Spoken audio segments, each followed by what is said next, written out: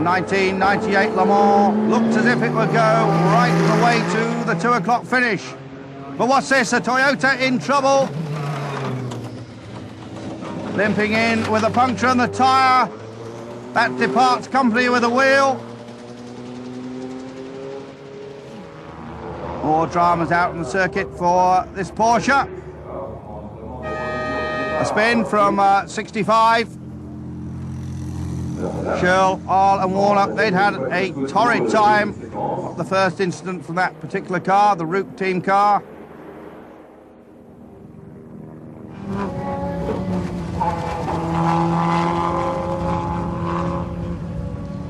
But the 29 machine continuing to lead.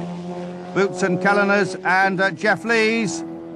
Could they taste victory when it's always very dangerous at the mall? The Nissans continue to run very reliably indeed, but just a tiny bit off the true pace at the front.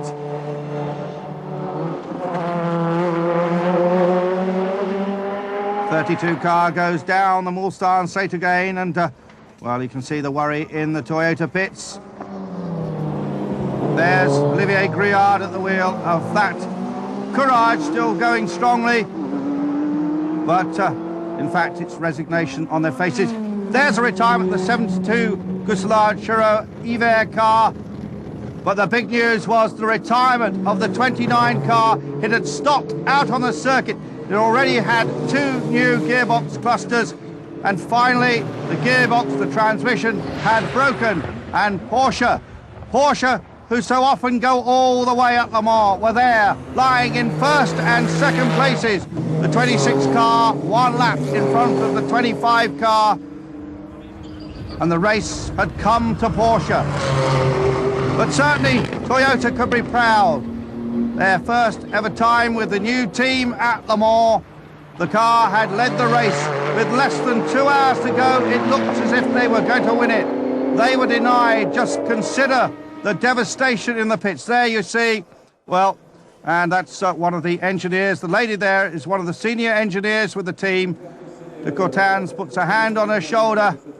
Oh, just look at that man's face. It said it all. Toyota, a valiant effort. They'll be back, and next year they could be the team to beat. In the sports prototype class, this Ferrari way down the field, but leading the category by a long way. Wayne Taylor, Eric van der Poel at the wheel, and Fermin Velez, the little Spanish driver. They'd done a strong job after the early problems. The 53 Viper was well in the lead of GT2, as it had been for the last 12 hours. Justin Bell had done a particularly good job. And of course, David Donohue, the son of the late Mark Donohue, one of America's greatest ever drivers. So 2 sons of famous fathers. The Nissan still circulating nose to tail. There you see the Courage. Nissan running reliably, but not quite fast enough. Indeed, almost running side by side there. The 30 car, driven by Nielsen, Lagos and Crum. But in fact, the 32 car, Hoshino, Aguri Suzuki and Masahiko Kageyama, they'd had a good run and were the best of the Nissans.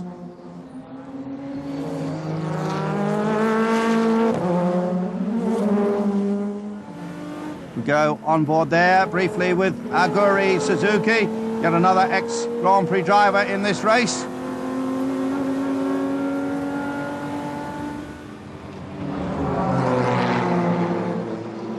So just a few laps to reel off, and then the accolades of victory. And of course, it's never won until that flag drops. Oh, and look at that! Just in the final hour, the Portuguese team Estoril Porsche. The turbocharger exploding there as it went through our camera picture. What a disappointment for them, laying those flames as well. The 2 brothers Montero, together with the French driver Michel Maisonneuve. And that car would attempt to limp back to the pits to see if it could actually finish the race. It was just possible. And a piece of bodywork also on the track there. That looks as if it comes from the private Toyota. The Porsche management there, waiting for those final laps to be reeled off. There's Reinhold Jost, the Nissan flags still fly. And yes, the bodywork missing from the green Nissan. That's the car driven by Takuya Kurosawa, Satoshi Motoyama and Masami Kageyama. Two Kageyama brothers actually racing in this Le Mans 24 Hours, driving different Nissans. Le Grand Pesca, as they call him, at the wheel of the Elf Lafiliere car. This team with mechanics from the Lafiliere French Motor Racing University.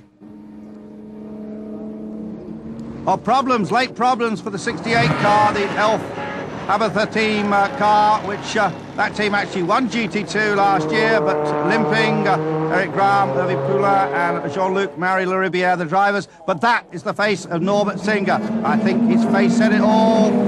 One lap to go, and it looks as if it's in the bag for Porsche. Yet again, the German manufacturer using all their skill and knowledge of this superb race circuit.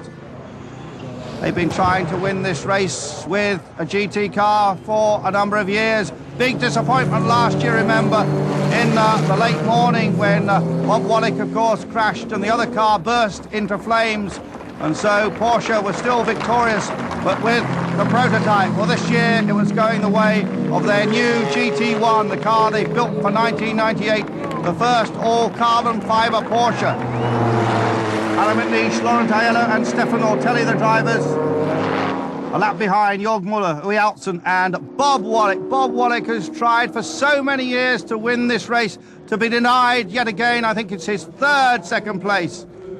But the man from the Alsace had driven brilliantly. Just see the Momo Ferrari limping towards the line with some last-minute problems, but he'll make it. Meanwhile, Porsche head towards the line for their 16th victory. Their first came in 1970, their third successive victory, and Porsche win the 1998 Le Mans 24 Hours. They'd fought off the challenge of their German rivals, BMW and Mercedes-Benz. They'd retired early. They'd fought off the challenge of Japan from Nissan, but also from Toyota. Toyota had led the race, but ultimately it was Porsche who were victorious. Norbert Singer very much the architect of this success. Porsche first, Porsche second, Nissan finishing third, McLaren fourth. A great run for the private car of Steve O'Rourke. Then Nissan in fifth and sixth places. Great reliability from the Nissans. There you see the three cars, traditionally the Le Mans marshals who do such an outstanding job, wave their flags. And in the middle there you see a Scottish flag in GT2 Vipers, the factory Vipers. First and second, the 64 Porsche having problems with the gearbox near the end, so finishing third. But on the rostrum, the superb trophies, the garlands, and of course the cheers, congratulations, champagne and tears. And for little Alain McNish, a particularly sweet moment, the last Scottish driver to win this race for Jaguar, of course, the Earl of Dumfries. Well, Alain McNish actually comes from the town of Dumfries. I think they might make him a lord after this. What a big moment for young Stefan Ortelli as well.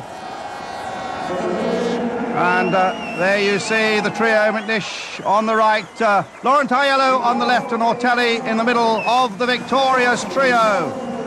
And Japan could cheer Hoshino, Suzuki and Kageyama, bringing their Nissan to third place. The 1998 Le Mans 24 Hours had certainly lived up to expectations.